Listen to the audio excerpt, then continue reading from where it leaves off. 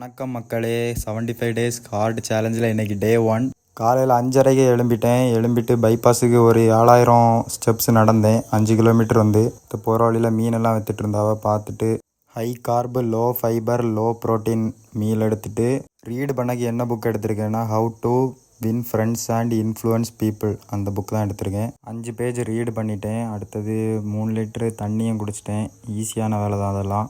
கிரவுண்டுக்கு போயிட்டேன். எல்லா சாதனத்தையும் எடுத்துகிட்டு அங்கே போயிட்டு ஃபஸ்ட்டு வார்ம் அப் போட்டுட்டு இன்றைக்கி ஷோல்ட்ரு ஒர்க் அவுட் தான். ஃபஸ்ட்டு பிளாஞ்சு ஸ்டார்ட் பண்ணேன். 1 லெக் பிளாஞ்சு தான் போட்டேன். நல்லா என்ன அது போடும்போது ஃப்ரெண்டில் வாடி போகிறேன். பிளாஞ்சு முடிக்கும்போது என்னையுமே வலது ஷோல்ட்ரு நல்லா வலிக்குது.